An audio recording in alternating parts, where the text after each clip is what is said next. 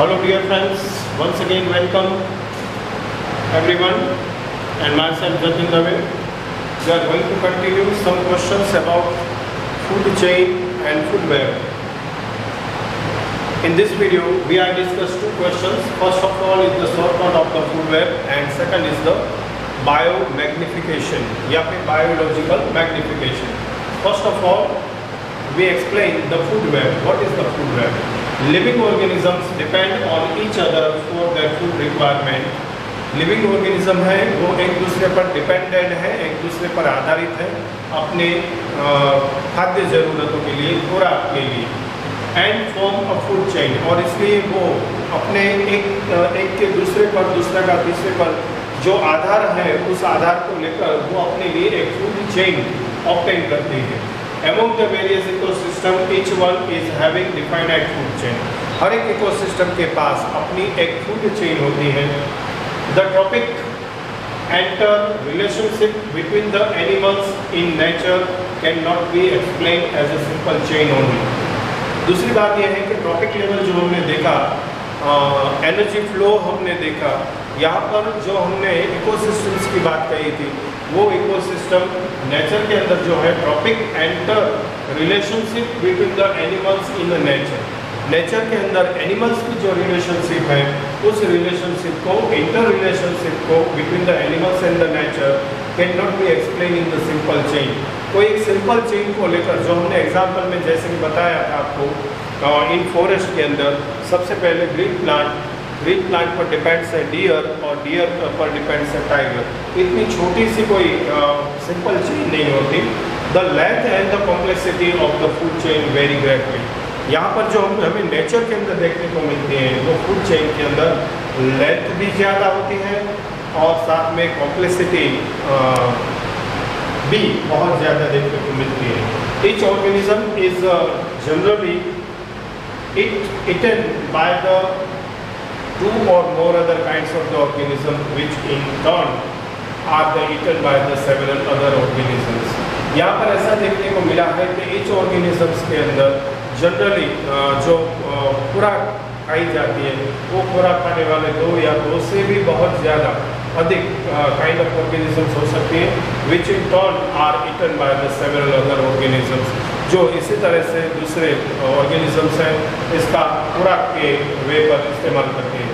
So instead of the straight line food chain हमें यहाँ पर सीधी रेखा में चली आ रही फूड चेन की जगह पर बात करनी होगी. The relationship can be shown as the series of the branching lines.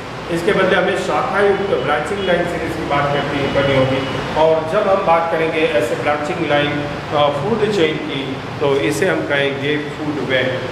So instead of the straight line food chain, the relationship can be shown as a series of the branching lines is called the food web. तो ये हुआ food web का question. अब चलते हैं biomagnification की तरफ.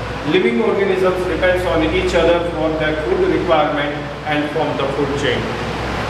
Food chain को ऑब्टेनिंग करते हैं अपनी फूड रिक्वायरमेंट को फुलफिल करने के लिए, क्योंकि लिविंग ऑर्गेनिज्म एक दूसरे पर डिपेंडेंट है. Through such a food chain, energy and nutrients move to upper trophic levels sequentially. यहाँ पर हमने आगे भी देखा था एनर्जी फ्लो क्वेश्चन के अंदर कि फूड चेन के अंदर जो एनर्जी और न्यूट्रिएंट्स हैं वो मूव अप करते हैं अपर लेवल की तरफ. सबसे पहले सनलाइट को एब्सॉर्ब करता है प्रोड्यूसर में से अपना फूड रिक्वायरमेंट कंप्लीट करता है हार्बीवरस में से कार्निवरस प्राइमरी कंज्यूमर्स को, इस पर से सेकेंडरी कंज्यूमर्स और फिर फाइनल थर्ड लेवल पर हायर कंज्यूमर्स हैं वो अपने लिए एनर्जी और न्यूट्रिएंट्स इस तरह से सिक्वेंसली ऑब्टेन करते हैं. If any non biodegradable substance enters in the biotic factor of an ecosystem, if any non biodegradable substance, अगर जो नॉन बायोडिग्रेडेबल सब्सटेंस जिसका हम डिकम्पोजिशन नहीं कर सकते हैं, ऐसा कोई भी सब्सटेंस अगर जो बायोटिक फैक्टर के साथ इकोसिस्टम के अंदर एंटर होता है, its concentration progressively increase at the higher trophic level. तो इसका concentration या फिर इसका concentration मतलब कि amount of the biodegradable substance है, जैसे जैसे हम हायर लेवल पर चले जाते हैं ये concentration बढ़ता जाता है, amount of the substance है वो इंक्रीज होती जाती है. The uncontrolled use of the pesticides and other chemicals in increase in the amount of these chemicals. ये chemicals कहाँ से आता है? तो ये chemicals आता है uncontrolled use of the pesticide. Farming activity के लिए जो हम पेस्टिसाइड्स का यूज़ करते हैं ये एक्सेस अमाउंट में जब यूज़ होने लगे, अनकंट्रोल यूज़ होने लगे, या फिर केमिकल फर्टिलाइज़र या फिर इंसेक्टिसाइड्स, इन सब का यूज़ जब हम ज़रूरत से ज़्यादा शुरू कर देते हैं, increase the amount of the chemicals, तब केमिकल्स की अमाउंट है वो इंक्रीज होती है सॉइल और वाटर बॉडीज़ के अंदर. एंड फ्रॉम दिस मतलब कि soil and water bodies they enter in the body of the plants. तो सॉइल और वाटर बॉडीज़ के अंदर सबसे पहले वो इंक्रीज होती है. जब सॉइल में से वाटर को एब्सॉर्ब किया जाता है तो थ्रू द वाटर और सॉल्ट ये एंटर होती है प्लांट बॉडी के अंदर, and then in the bodies of the herbivores. वहाँ से वो हार्बीवर्स से कार्निवर्स में वो पहुँचती है. As this chemicals are not degradable, they get accumulated progressively. ये केमिकल है वो डिग्रेडेबल नहीं है, डिकम्पोज नहीं होता है, ये डिस्पोज नहीं होता है, इसलिए ये धीरे धीरे इसकी मात्रा है जैसे जैसे ट्रॉपिक लेवल बढ़ता है इंक्रीज होती जाती है. And each trophic level this phenomenon is known as the biological magnification. तो इस फेनोमेनन को बायोलॉजिकल मैग्निफिकेशन कहा जाता है. बायोलॉजिकल मैग्निफिकेशन से क्या होता है? तो as the human beings occupy the top level in any food chain. Human beings है वो किसी भी फूड चेन के बारे में अगर जो हम बात करें तो ये सबसे टॉप लेवल पर है. Therefore, the maximum concentration of the pesticides get accumulated in the human body. और इसलिए ह्यूमन बॉडी के अंदर सबसे ज़्यादा पेस्टिसाइड्स की मात्रा नॉन डिग्रेडेबल सब्सटेंस के फॉर्म्स में देखने को मिलती है.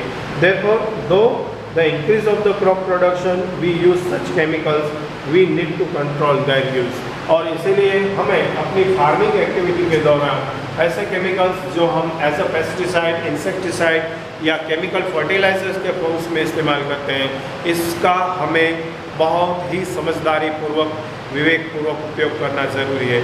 अदरवाइज़ ये बायोलॉजिकल मैग्निफिकेशन की मात्रा बढ़ जाती है और ये हमारी सेहत के लिए, हमारी हेल्थ के लिए हानिकारक सिद्ध होती है. So dear friends, I hope so you understand very well. इस एपिसोड के अंदर हमने आपके लिए 2 शॉर्ट नोट्स बनाए. एक था फूड वेब और दूसरा था बायो मैग्निफिकेशन. जैसे कि हर वीडियो में हमारा एक ट्रेंड रहा है, आखिर में हम सारे पॉइंट्स फिर से आपके लिए रिवाइज कर देते हैं. So first of all question number 3, food web.